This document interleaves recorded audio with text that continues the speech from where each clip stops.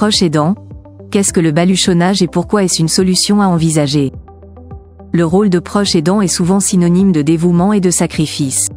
Cependant, il peut engendrer une grande fatigue physique et émotionnelle. Face à ces défis, des solutions innovantes émergent pour offrir un soutien précieux aux aidants. Parmi elles, le baluchonnage se distingue comme une approche novatrice et prometteuse. Ce concept est encore méconnu du grand public, mais il mérite d'être exploré pour ses nombreux avantages. Ainsi, découvrez comment cette méthode peut transformer la vie des proches aidants. Explorez également comment elle leur offre répit et sérénité, et ce, tout en assurant un accompagnement de qualité pour leurs êtres chers. Définition et origine du baluchonnage.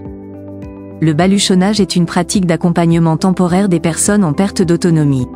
Il permet à leurs aidants familiaux de bénéficier de répit. Originaire du Québec, cette méthode a été introduite en France pour répondre aux besoins croissants des aidants recevant des allocations de la CAF, compte tenu de leur rôle quotidien. En offrant un soutien continu sur plusieurs jours, le baluchonnage permet aux proches aidants de se reposer. Il assure, en plus, la continuité des soins. Cette approche suscite un intérêt grandissant en France. Ceci est dû au fait qu'elle propose une solution concrète et humaine face aux défis liés au vieillissement de la population et à l'augmentation des maladies chroniques.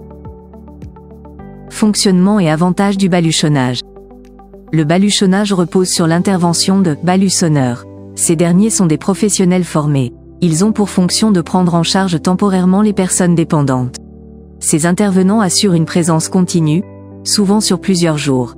Ils permettent aux aidants familiaux de s'accorder un répit bien mérité. Les tâches des baluchonneurs incluent diverses tâches. Elles incluent l'aide à la toilette, la préparation des repas, la gestion des médicaments et le soutien moral. Cette approche offre aux aidants un moment de repos indispensable. Elle réduit ainsi le risque d'épuisement physique et mental.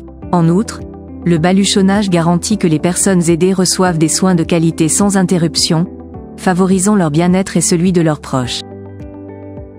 Formation, cadre légal et perspectives d'avenir. En France, le baluchonnage est encadré par des réglementations strictes visant à garantir la qualité des soins et la sécurité des personnes aidées. Les baluchonneurs doivent suivre une formation spécifique en gérontologie et en soins à domicile, incluant des compétences en gestion de crise et en communication.